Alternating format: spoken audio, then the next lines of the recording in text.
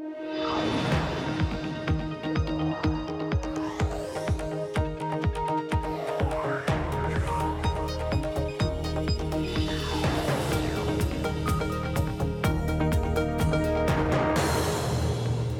Emily Chang in San Francisco, and this is Bloomberg Technology. Coming up in the next hour, Musk on the defense. The Tesla CEO claims the SEC is violating his constitutional right to free speech by coming down on his tweets. Plus, Boeing facing a global crisis as more governments around the world ground its best-selling 737 MAX jets after a second deadly crash. And our exclusive and wide-ranging conversation with former UK Prime Minister Tony Blair, weighing in on Brexit, big tech, and calls to break up Silicon Valley's biggest players. But first, to our top story, Tesla CEO Elon Musk is defending a pair of tweets he sent last month.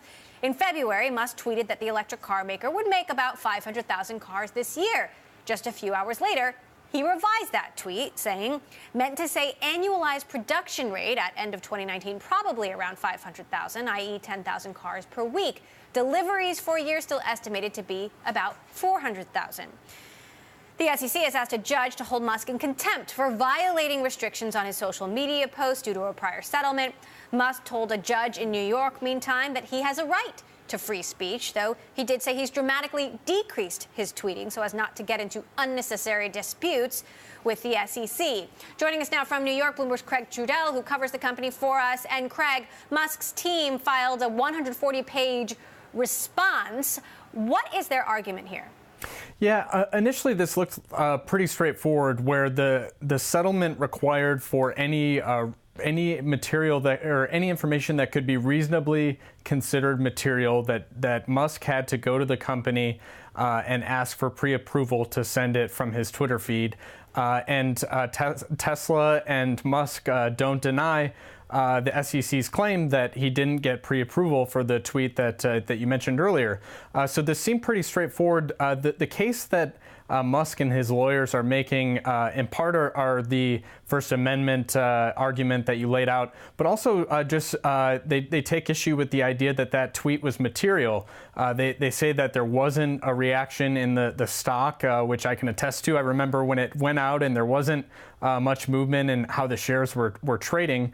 But certainly, one thing that undercuts Musk's argument here is the idea that he sent the second follow-up tweet. Tesla and Musk, make the argument that they were just doing that out of an abundance of caution and point to that as sort of evidence that they've been taking this settlement seriously. But the SEC is saying, no, you're not. You didn't get this pre-approved. That said, Musk in his statement, he says, he's dramatically decreased his tweeting, not because he is concerned about noncompliance, but rather because he wants to err on the side of caution to avoid these unnecessary disputes with the SEC. Isn't that another sideways jab at the SEC? It is, and it doesn't really square with how Musk has been acting. We have to remember that this is the same guy who has tweeted that the SEC is the Short Sellers Enrichment Commission. It's the same guy who went on 60 Minutes and said that he doesn't have respect for the SEC.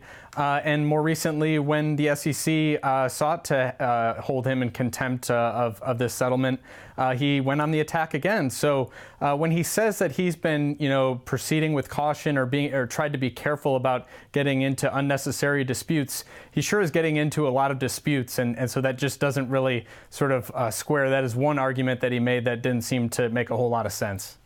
Meantime, the SEC has requested permission to respond to Musk's response. But what are the sort of penalties that Musk could be facing here? I mean, on the extreme end, couldn't he be barred from running Tesla or any public company?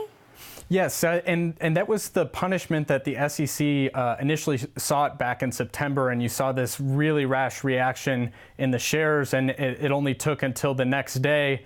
You saw the shares plunge on a Friday, and by Saturday, a settlement was reached. And so clearly, it's well established that this would cause a huge negative reaction for Tesla. You would think that the SEC, as seriously as they may be taking this case, would keep that in mind in terms of what it's seeking for a punishment here, and would maybe sort of guard against seeking that again, because one of the criticisms that Musk and folks who are following this case and taking his side are saying is that the SEC is supposed to be looking out for the investor, and by sort of over pursuing Musk and seeking to bar him from serving as an executive at the company would maybe be a punishment that wouldn't fit the crime in this case. Right. So that is perhaps a less likely option in the interest of shareholders. Okay, Bloomberg's Craig Trudell, thank you for keeping us updated on that story. Meantime, Uber has been ordered to pay $20 million to settle California lawsuits over whether its drivers are employees or independent contractors. The cases turned on whether drivers were forced by their contracts to resolve conflicts by arbitration and forbidden to join in class action lawsuits. Last year, the Supreme Court bolstered the power of employers to force workers to use individual arbitration. For more, I want to bring in our legal reporter, Joel Rosenblatt. So talk to us about the origin of these employment claims. Yeah, so there are many suits that Uber is settling, I would say, for a bargain. The $20 million is a bargain for Uber. They were brought, I think the central suit was brought in 2013, and this is the time where, right, Uber's just getting rolling here in San Francisco in particular, and there's this tension over whether or not they should be treated as employees or, as Uber has maintained all along, as independent contractors. That's the origin of the central suit. So the lawsuits were promising. Why are they getting away with settling for a bargain? Well, in one word, it's arbitration. So Uber has contended and fought and won with the help of an appeals court, and I should add, the Supreme Court with the help of Neil Gorsuch and appointed by Donald Trump, with rulings that have upheld its arbitration agreements. So Uber has made it difficult to opt out of arbitration. If you want to work for Uber, the general course for most people is that they sign the agreement, they start working, and they're bound by arbitration, meaning that they can't take their cases or their conflicts to court. They can't band together in class actions. They have to fight one-on-one behind closed doors of arbitration. And courts have kind of consistently upheld Uber's right to do that. And that's the weapon they've used to kind of blunt these lawsuits. Now, that said, there was a ruling in California about a company called Dynamics, right? It's a trucking company, had to do with their drivers, where they did rule that those contractors should be treated as employees, correct? That's right. And that's kind of, if you're a worker, if you're a driver for Uber hoping to get the benefits of employees one day, this is now your big hope. This is a California Supreme Court ruling last year that the court said applies broadly throughout the economy. We're still looking. It's still early on that ruling, and cases are kind of working their way up. But this is the one kind of, as Uber is taking the company public, this is the one concern that people haven't maybe paid enough attention to for the business model going forward. So how could that ruling affect Uber? Well, in the same way that this case did, only it would be, it's much more difficult for Uber to get out from underneath the Dynamics ruling. So the ruling would say, look at under the relationship that you have with your drivers, under that relationship, these drivers are employees and they're entitled to the benefits under Dynamics. So that's a different ruling, and it's much more rigorous. It's much more difficult for Uber to get out from underneath with its arbitration agreements. And what about the broader employees of the gig economy? Well, right? I mean, Uber isn't the only company. Of course, there's Lyft, there's Instacart, there's all of these companies that employ many, many, many contractors. Absolutely, and this was the case that was like we're talking about Uber, but this was the case that we've been talking about that was settled that many looked to for the broader gig economy. Now that case is against Grubhub. And it's before the Ninth Circuit Court of Appeals here in San Francisco. This summer, we're going to have a key hearing under Dynamics. That's so they're looking at this Grubhub case and the rules under the Dynamics ruling that we've been discussing as the future of how the gig economy is going to sort out and whether or not these employees are independent contractors or one day maybe employees. So the fight for drivers to get employee status and the benefits that come with it, that fight is ongoing. It's not over. Is that what you're saying? It's not over. It's not over. It's not over. It's gonna continue, and I think it's gonna be a more fierce fight. For the time being, Uber's glad to have this one done, put it aside, go public, and for fight a bargain, as you say. For a bargain and fight the fight down the road. All right, Bloomberg's Joel Rosenblatt, always appreciate you breaking down these very complex legal issues for us, and I know you'll keep us posted on some of these other rulings to come. Thank you. Thank you. Well, Facebook removed and then restored several ads placed by U.S. Senator Elizabeth Warren's presidential campaign Monday. The ads promoted Warren's plan to break up tech giants like Facebook, Amazon, and Google. The social media company said the ads violated its corporate logo use policy.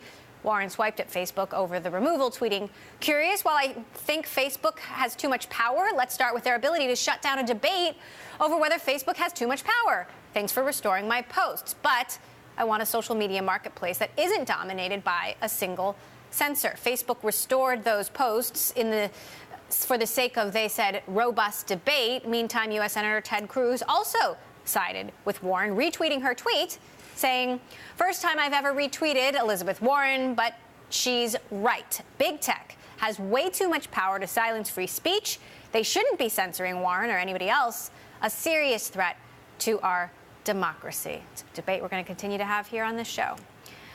Coming up, regulators around the globe are now halting flights of the Boeing 737 MAX after a second deadly crash. Now President Trump is weighing in, saying commercial aircrafts are too modern. That's next. This is Bloomberg.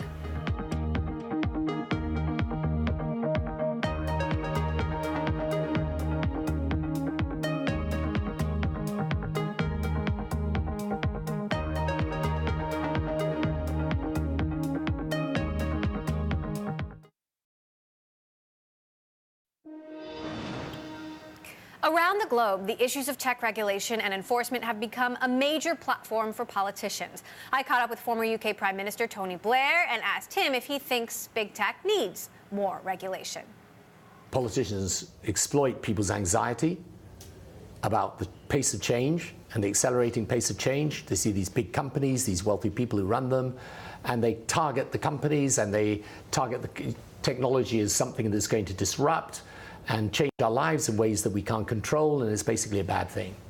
And my view is that this technological revolution is a fact, but in any event, it's essentially a good thing, but we have to deal with its consequences. Later in the hour, we're going to have much more of my exclusive conversation with former UK Prime Minister Tony Blair, including his thoughts on Brexit.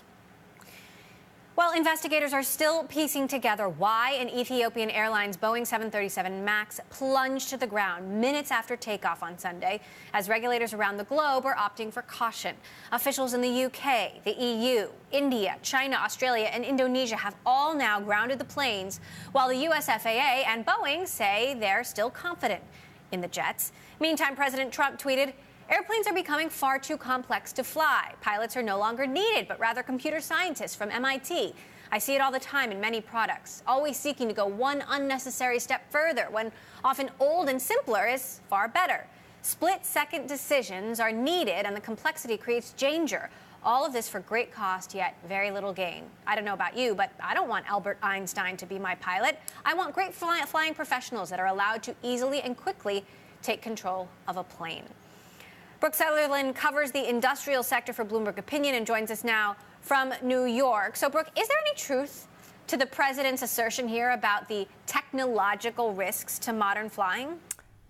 You know, it seems like he's perhaps picking up on the issue that's being blamed for the first crash of the 737 MAX. That was the Lion Air crash back in October. And what's being blamed there is the system. It's called MCAS, and it's basically a flight control system that Boeing put in place to sort of counteract the risk of a loss of lift in the airplanes. They moved the engines up higher onto the airplane. That was to accommodate the fact that they are larger, although more fuel efficient.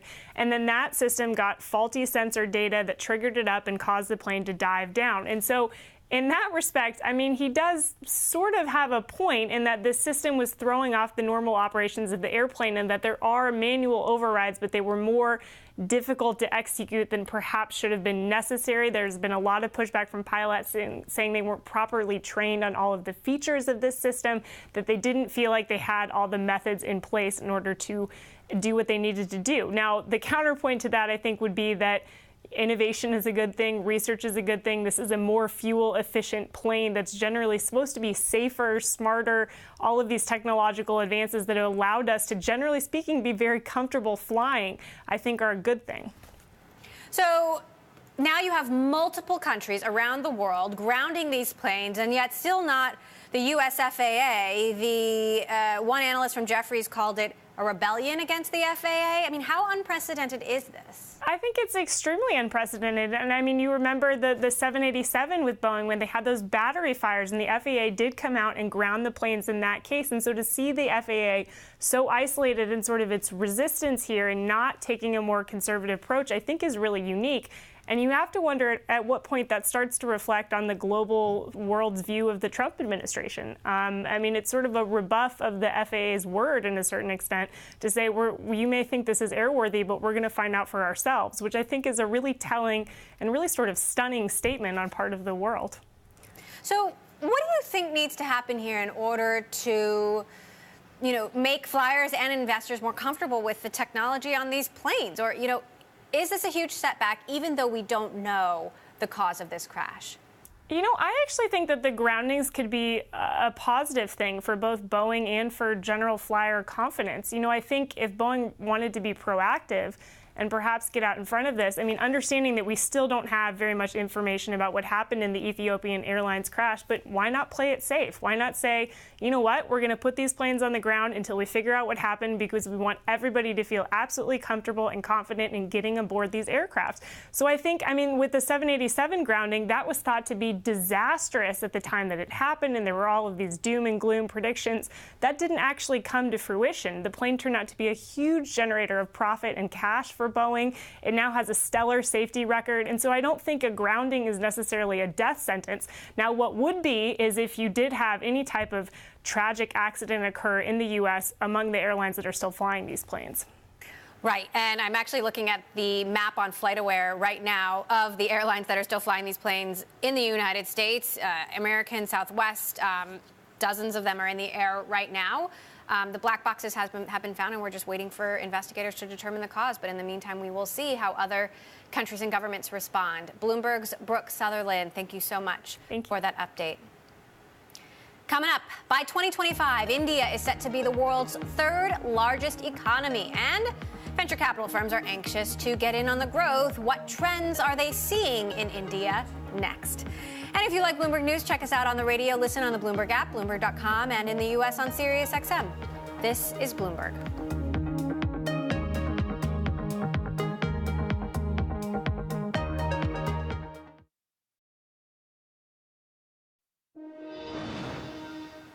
India is coming online at an exponential rate, growing from 200 to 500 million users in just 3 years. And investors are jumping at the opportunity to be part of that growth.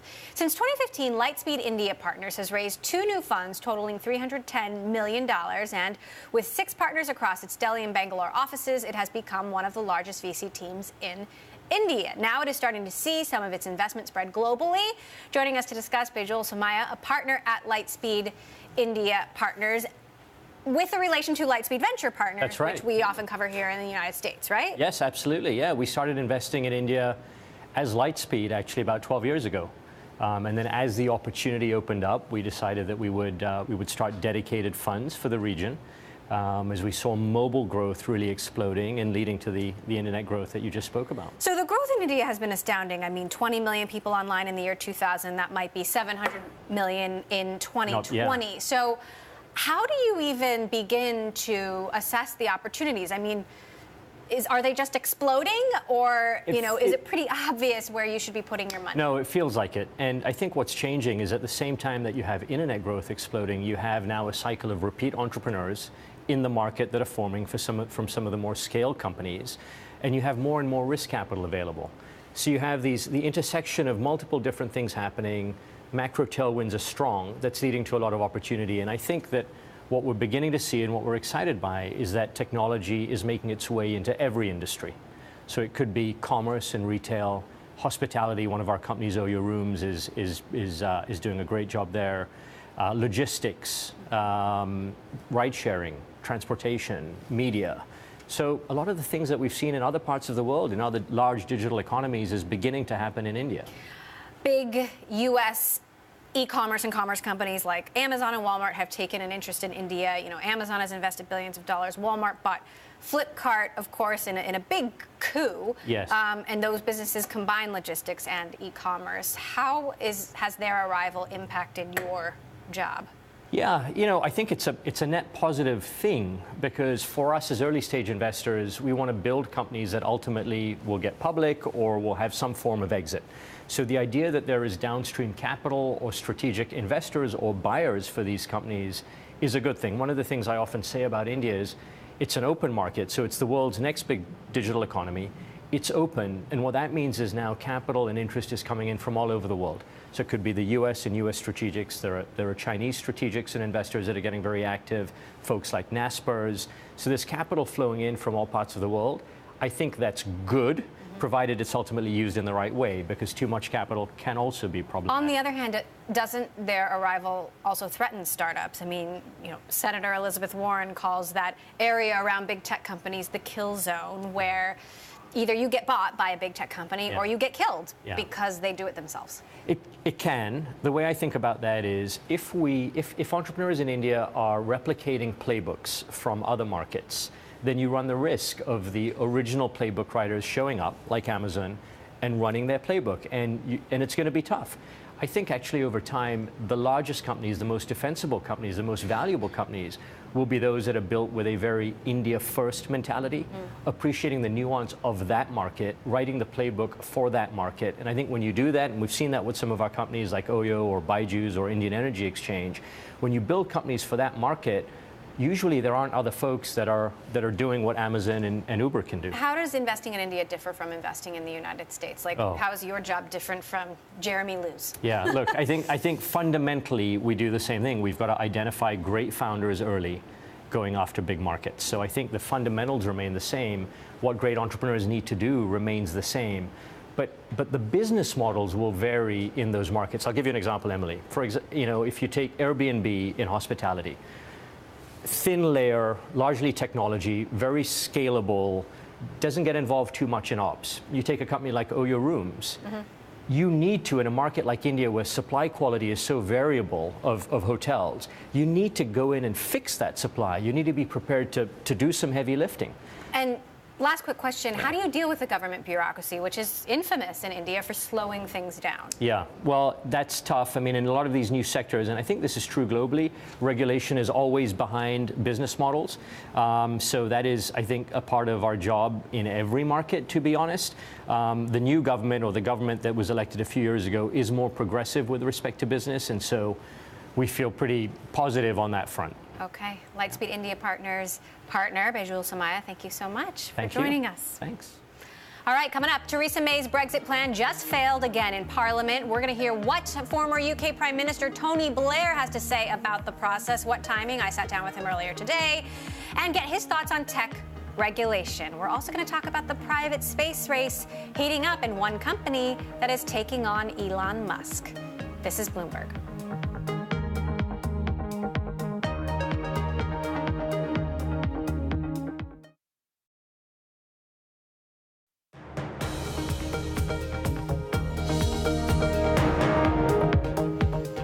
Technology. I'm Emily Chang in San Francisco.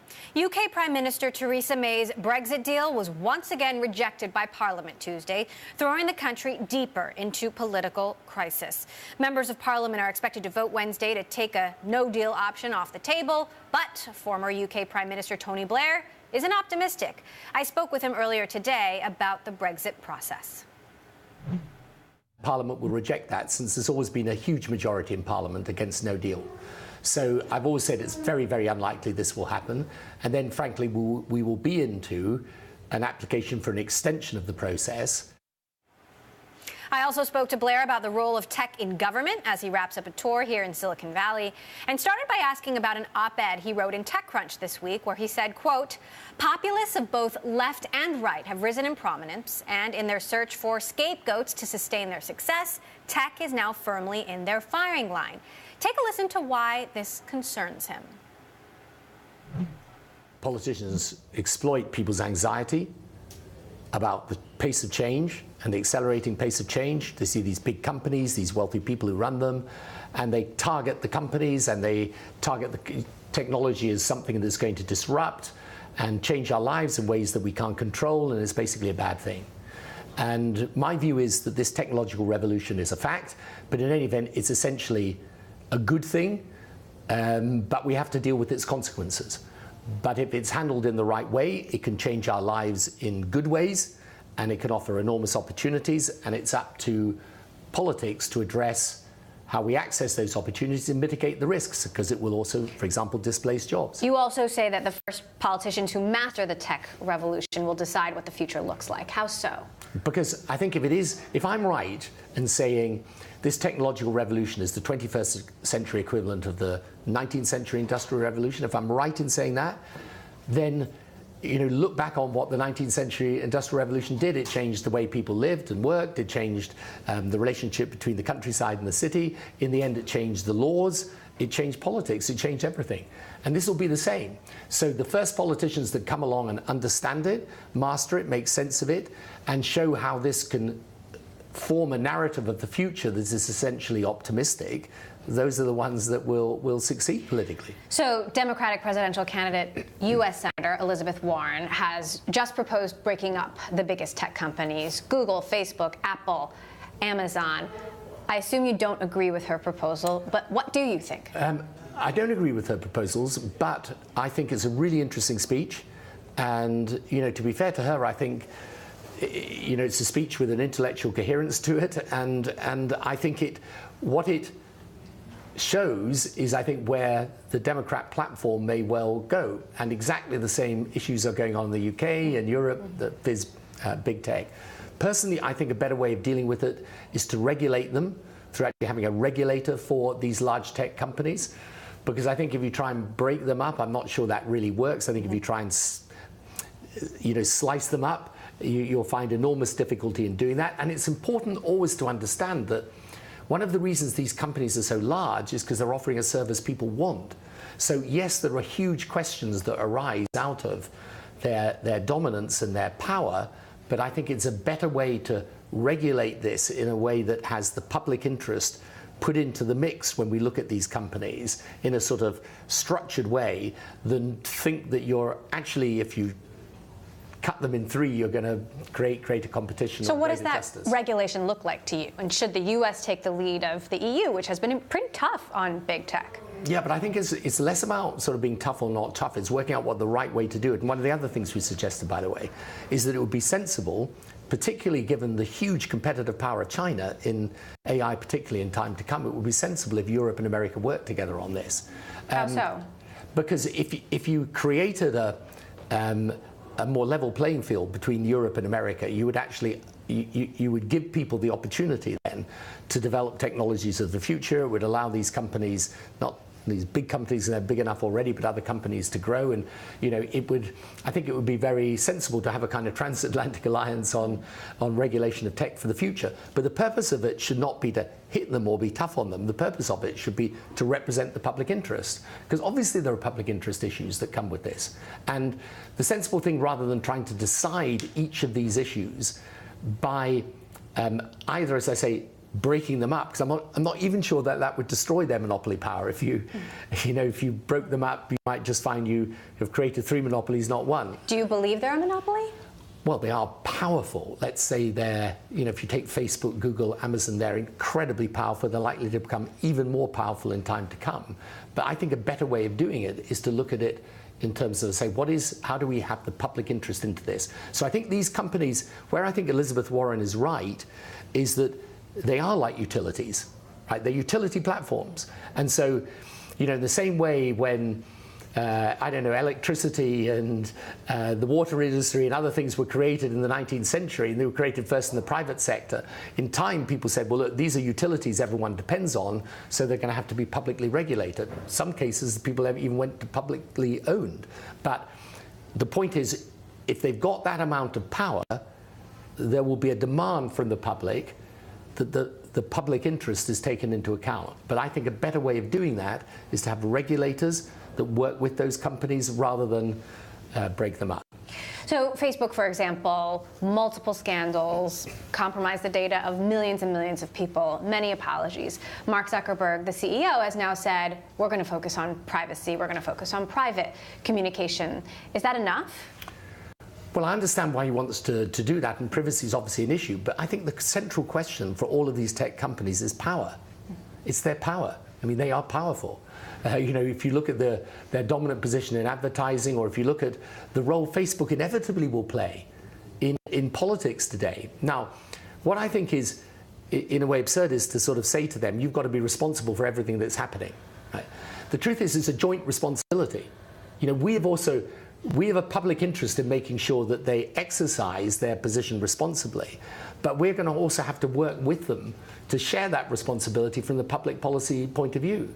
Because many of these questions, whether it's hate speech or incitement, or, so for example, radicalization or child pornography, whatever it is, these are things that obviously there's a public interest in sorting out, but that public interest is going to require not just those companies to behave responsibly, but government to be alongside the process of that and making sure that it's done in the most effective way. So how can we trust the companies to understand and live up to their responsibilities? And similarly, how can we trust government to not, be mired in this political process as we see in both the UK and the US and actually do something? Right, so this is a challenge, but in the end, the challenge is best addressed, I think, by a concept of public interest regulation, and whether you do that for one for each individual company, you might, because there are different issues that arise, for example, in relation to Facebook or Amazon, Google. There are quite different questions that arise. But this is the world we're living in. But there's a bigger question, which is then what happens, for example, if you take driverless cars, and so the next generation of cars are likely to be electric and in time driverless. So this is going to change employment, it's going to change transport, it's probably going to change insurance. It's got a massive series of implications. My point is, this technological revolution is basically benign because, let's be clear, if you can move to driverless cars, you'll probably reduce the number of accidents, you'll probably reduce the cost of transport, but it's got huge consequences. So the role of government is to make sure that the technology is enabled in a sensible way, and the risks of it and the consequences that could be damaging are taken account of. So let's talk about something that's not benign. Cybersecurity experts are saying that Russian internet trolls are evolving their strategy. They're not creating their own propaganda to interfere in the US 2020 elections. They're creating fake accounts that promote divisive propaganda to essentially mask their identities. I mean, does that concern you? Yeah, of course. And what we've got to do is we've got to get a real handle on it, expose it and sort it out. Now, at this point in time, I think there's a big question for Western policymakers, which is, what's your sanction? Mm-hmm. At a certain point, are you going to retaliate? Is it possible to get some form of agreement where countries come together and agree that these things can't happen? I think these are really difficult questions, and I'm not actually sure what the answer at the moment is, but I think for sure it's going to become a major question, because you're going to get. And by the way, what Russia is doing could easily be followed by other countries. And it's a completely new form of warfare, and a very serious one. How concerned are you about the rise of China in technology? Very, but on the other hand, if I was Chinese, I'd say, why shouldn't we be great in technology? We're going to be one of the most powerful countries in the world, and our economy is going to be one of the largest, not the largest. We're going to be a big political power, so why shouldn't we also be a big tech power? And I would say, okay, I completely understand that, but I think the competition coming out of China, because it is a different political system to ours, means it's all the more important that we as policymakers respond to this tech revolution in the right way, not the wrong way. Is the rise of the Chinese tech industry, in your view, an existential threat to Western liberal democracies? I mean, that's a very big statement to make. I think it poses challenges for it. Let me put it in that way for the moment. And certainly part of the policy debate that we've got to have is that how do we manage to maintain a technological edge? So you're in Silicon Valley, you're meeting with companies. Who are you interested in working with, and what do you want to accomplish? Well, I'm interested in working with the companies large and small. And what we're doing is creating within my institute a center for tech and public policy, and the idea is to put change makers and policymakers together in circumstances where we can bring a mutual understanding, and out of that should come what I call realizable and sensible policy. My exclusive interview there with former UK Prime Minister Tony Blair. Coming up, SpaceX's satellite rival, how OneWeb plans to win the race to create a space internet and beat out Elon Musk. This is Bloomberg.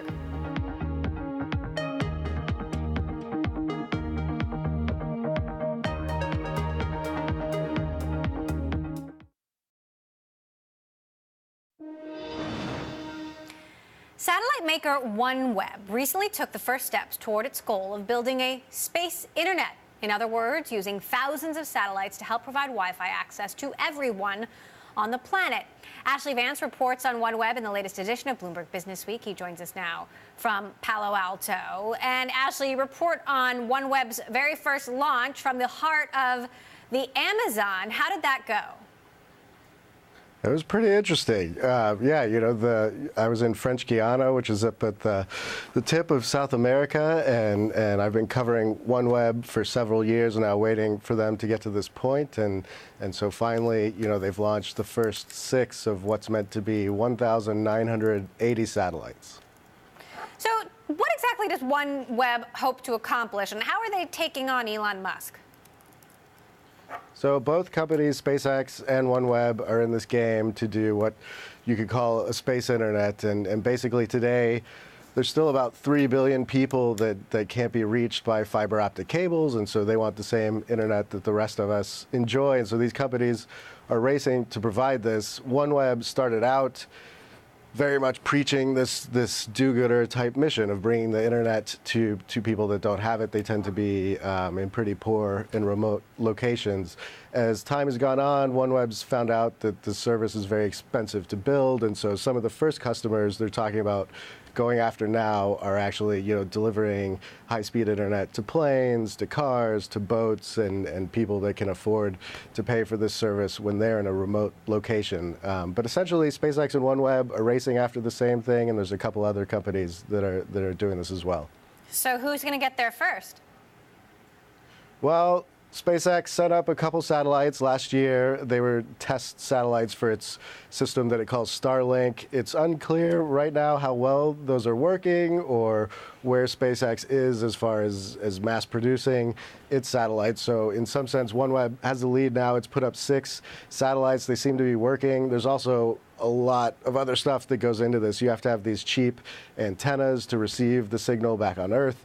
You have to have spectrum available to let you run this service globally. And it looks like OneWeb is ahead of just about everyone when you take all these pieces together.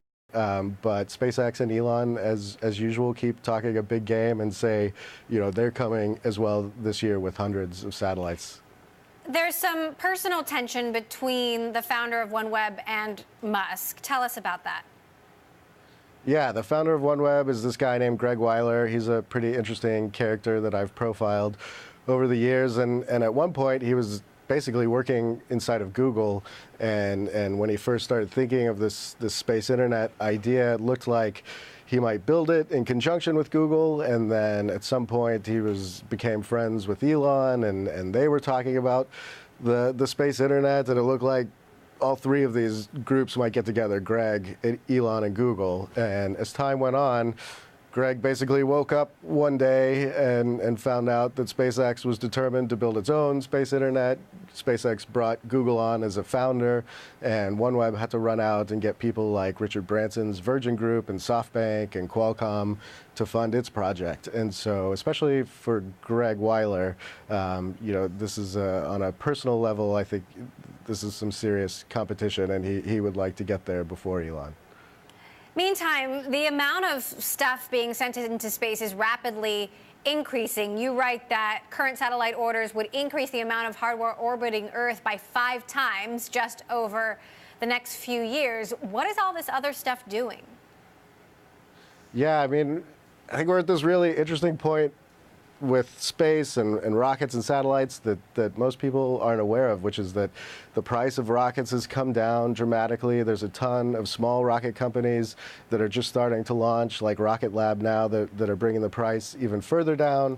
The price of satellites has come way down from $1 billion to $100,000 for these small shoebox-sized satellites. And so currently orbiting the Earth, I think there's about 1,500 satellites. And if you look at the launch manifest for the rocket companies and these satellite companies like OneWeb and SpaceX, that 1,500 number over the next 5 years could go as high as some people have it at 20, 30,000, 40,000 satellites surrounding the Earth. And I sort of think of it as them building a type of computing shell that's going to surround the Earth. It's going to be doing stuff like communications with the space internet. It's going to be taking pictures of the Earth every day. Already, this company, Planet Labs, takes a picture of every spot on Earth every single day. There's all kinds of new science that's going to be taking place. And, I just don't think most people are aware that the skies are about to be filled with many, many, many times more satellites than we've ever seen before. Meantime, since you wrote the bio on Elon Musk, I got to ask you about the latest kerfuffle with the SEC. The SEC asking Musk to be held in contempt. Him responding, saying, he's got a constitutional right to free speech. In the meantime, this abrupt about-face on store closings. He announced they were going to close all the stores. Then a week later, that half the stores would remain open. What's your take on Musk in 2019? Big question. It's an interesting time for sure. I was enjoying the free speech argument. There's a part of Elon that's just so perplexing, which is kind of why he's on Twitter doing this stuff at all. It seems to just create more problems from him. I think historically he used Twitter really well as this marketing tool. Tesla doesn't buy any ads, and Elon had all the goodwill of people on Twitter and really seemed to get Tesla an outsized share of attention. Over the last year to 18 months, it's shifted to where you still have some of that, and then you have Elon just going off into some pretty weird places and appearing to be, I think it's perplexing to a lot of people, but this stuff fighting the SEC and everything, that's classic Elon. I mean, he's defiant to the end and is going to stick by what he thinks is the right thing to do. But I just have to think at some point this is causing more harm than good overall for him. Right. Yeah, you got to wonder. Well, we are covering every twist and turn, as you can imagine. Ashley Vance, as always, thanks so much for joining us. You can check out Ashley's latest story in Bloomberg Business Week on newsstands and online now. You can also hear from the magazine's top reporters and editors every weekend on Bloomberg Television and Radio and at Bloomberg.com. Still ahead, a sweeping criminal conspiracy of wealthy parents making bribes for college admissions is rocking many industries, from finance to entertainment and even tech. Details ahead. This is Bloomberg.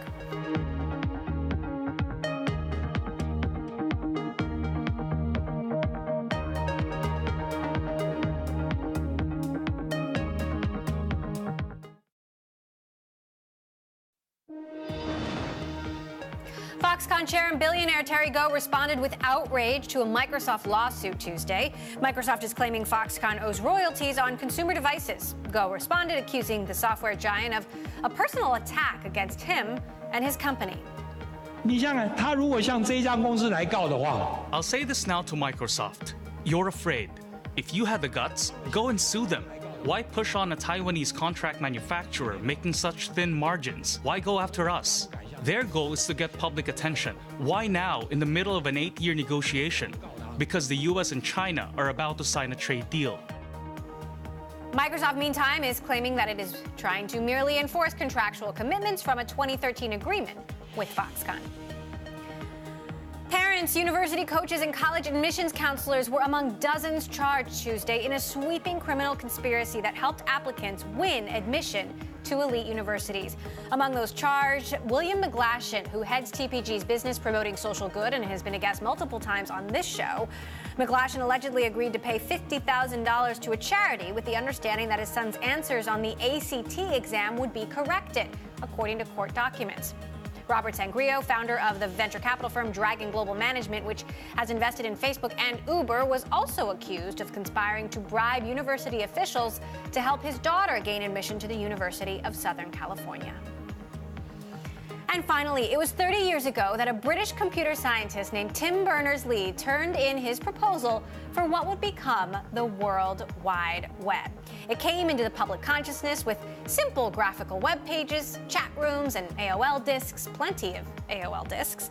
And with the World Wide Web, the world was transformed. Smartphone technology, social media, instant gratification. But with all that, of course, came problems. Tech addiction, fake news, division, discord, and much more, causing its creator to say this. Whoops, the web is not the web we wanted in every respect. But he's also got a plan to fix it all. The Web Foundation is collaboratively building a contract for the web, bringing governments, companies, and citizens together to commit to building a better web. We need your help to make this work. Let's hope this fix-it-all plan doesn't take another 30 years. And that does it for this edition of Bloomberg Technology. On Wednesday's show, we're going to be sitting down with Roger McNamee, Elevation Partners founder and author of Zucked. And we are, of course, live streaming on Twitter. You can check us out at Technology. Follow our global breaking news network, TikTok, on Twitter. This is Bloomberg.